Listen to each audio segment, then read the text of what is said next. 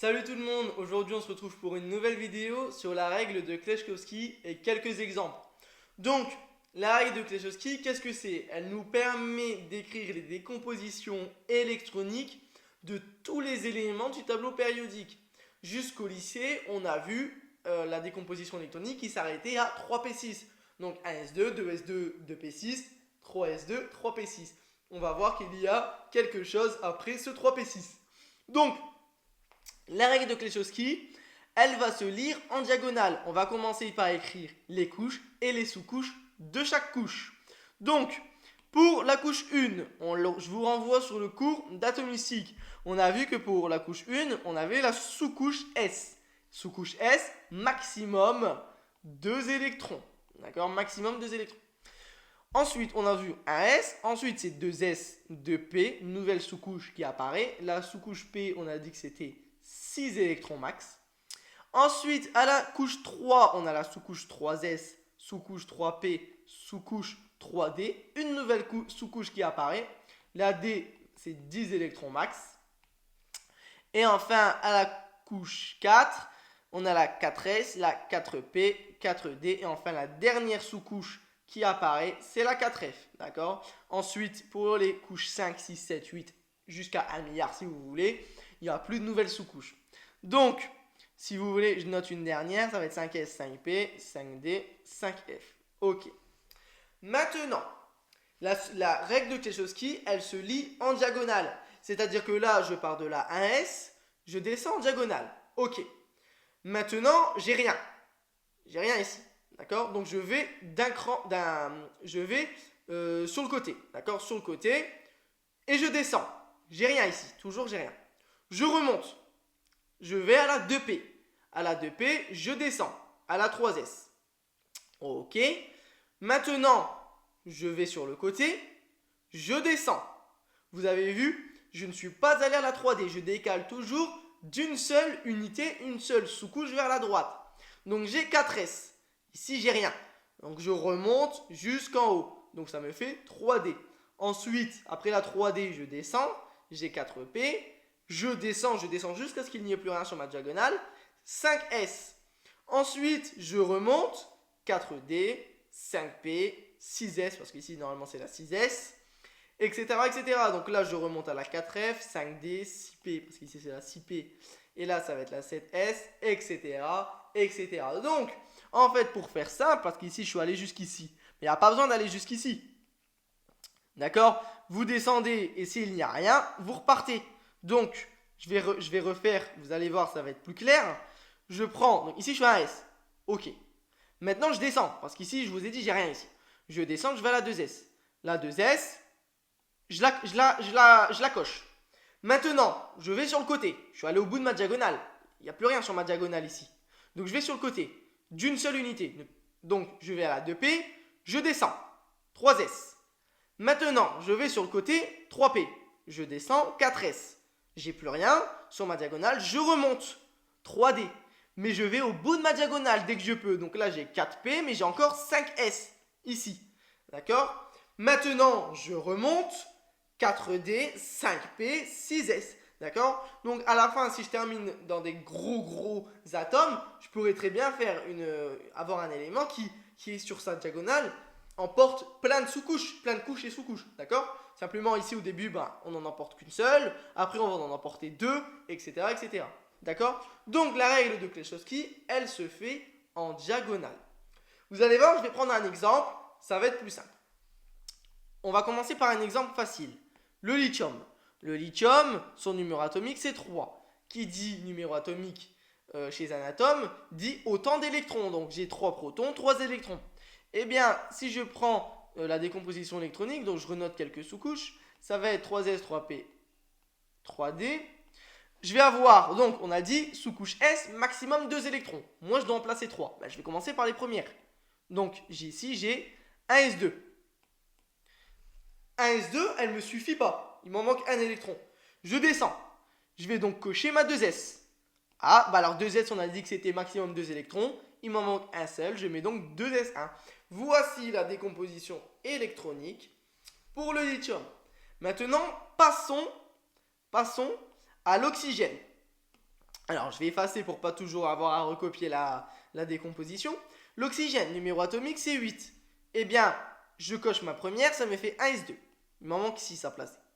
Ensuite, je coche ma 2s. Ça me fait 2s2. Ensuite, j'ai plus rien sur ma diagonale. Je vais sur le côté. 2p. Alors, on a dit que la p, c'était maximum 6 électrons. Ici, il m'en manque 4. Je mets donc 2p4. Et si on compte, on a bien 2, 2 et 4. Ça fait bien 6. Ça fait bien 8, pardon. On a donc bien 8 électrons placés pour notre oxygène. Maintenant, passons à un exemple un peu plus compliqué. Passons au brome. Le brome, c'est 35. Son numéro atomique, c'est 35. Donc 35 électrons.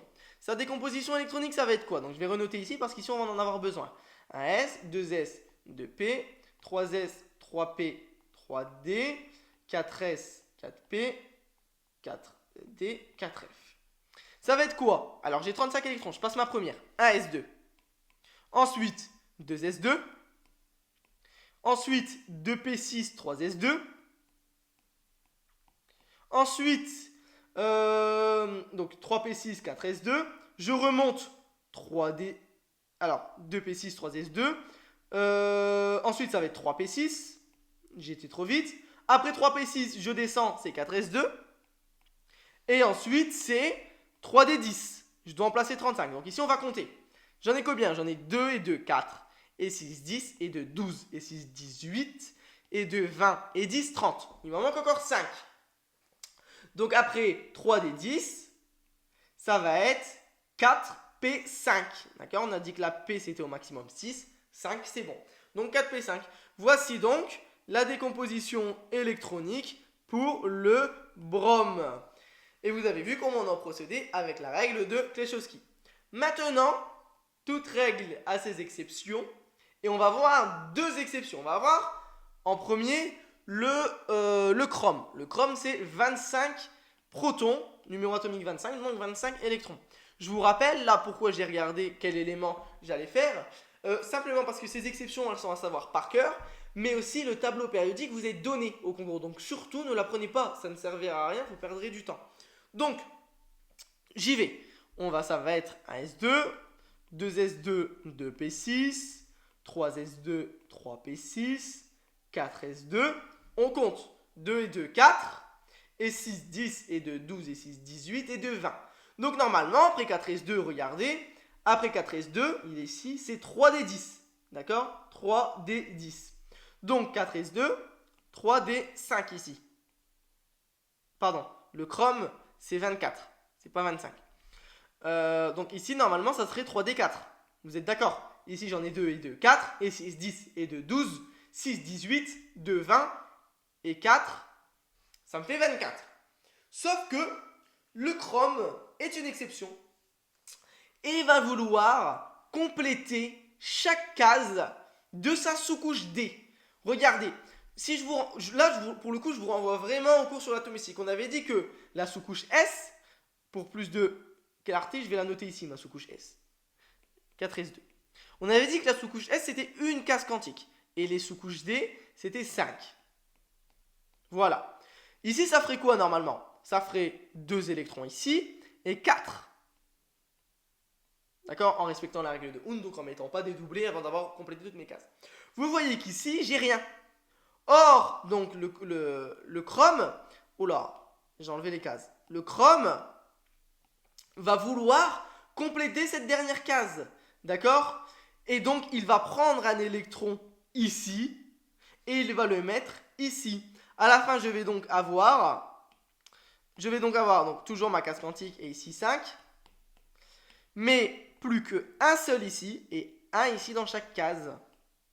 J'ai donc à la fin toujours autant d'électrons. J'ai toujours 24 électrons. Sauf que du coup, ça sera plus 4s2, 3d4, mais ce sera 4s1, 3d5. D'accord? Voici la décomposition électronique du chrome. Attention, ce piège tombe chaque année quasiment au concours, ou du moins au minimum tous les 2 ans. Donc c'est à savoir par cœur. Faites attention, le chrome est une exception. Et on va voir qu'il y a son collègue, le cuivre, qui fait à peu près le même zigzag.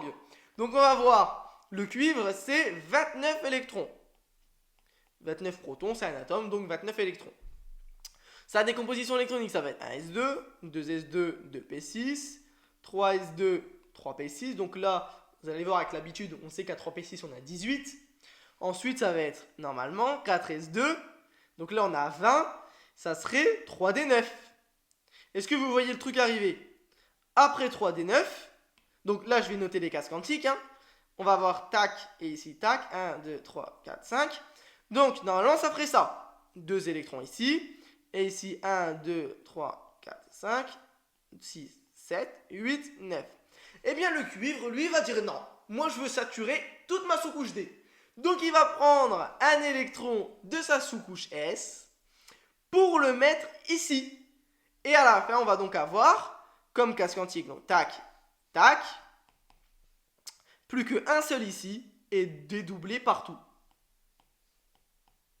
Voilà pour la décomposition électronique du cuivre. Donc faites attention, c'est pas parce que vous avez du 3D4 comme tout à l'heure. Ici on avait initialement on avait du 3D4 parce que là on avait modifié mais c'était 3D4. C'est pas parce que vous allez avoir du 3D4 que ça va se transformer en 3D5. Et c'est pas parce que vous allez avoir du 3D9 que ça va se transformer en 3D10. Parce qu'ici du coup ça se transforme en 4 et 5, 3D9. D'accord? Ici on a 9 électrons. Pardon. Ici, on a du coup 10 électrons. Il l'a saturé. Ok. C'est pas parce que vous allez avoir du 3D9 que ça va se transformer en 3D10. Et pas du 3D4 en 3D5. Mais il y a des exceptions à savoir. Donc, notamment le cuivre et le chrome. Mais on va voir aussi, et là, ça va être un gros exemple que je tiens à faire parce qu'il va balayer toute la règle de quelque chose qui ça va vraiment prendre beaucoup de couches. On va faire l'or. Et l'or, vous le savez, l'or, vous allez le voir dans le tableau périodique, il vous est donné le nombre d'électrons. Donc là, l'or, c'est 79 électrons. Donc ça ne va pas être une mince affaire. Donc ici, je vais y aller. Je vais y aller pour les sous-couches. Donc ça va être 79.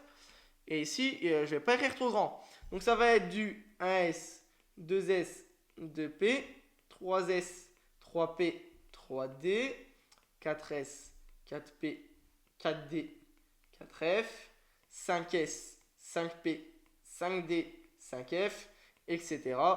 etc. D'accord? Mais ici, je crois que ça va jusqu'au 7. 6F. Et allez, je vais m'arrêter là, puis si j'ai besoin, je recontinuerai. Donc, on y va. Là, allez, 1S2, tac. Bon, je vais déjà y aller jusqu'au 30. Donc, ça va être 1S2, 2S2, 2P6, 3S2, 3P6, 4S2, 3D10. Là, on est à 30. Comment j'ai fait? J'ai fait 1, 2S. Ensuite, je suis allé à la 2P, 3S, 3P, 4S, 3D, 4P, 5S. Ensuite, je remonte, ça va être 4D, 5P, 6S. Donc déjà, je vais noter tout ça. Donc après la 3D, c'est 4P. On est ici. 4P6.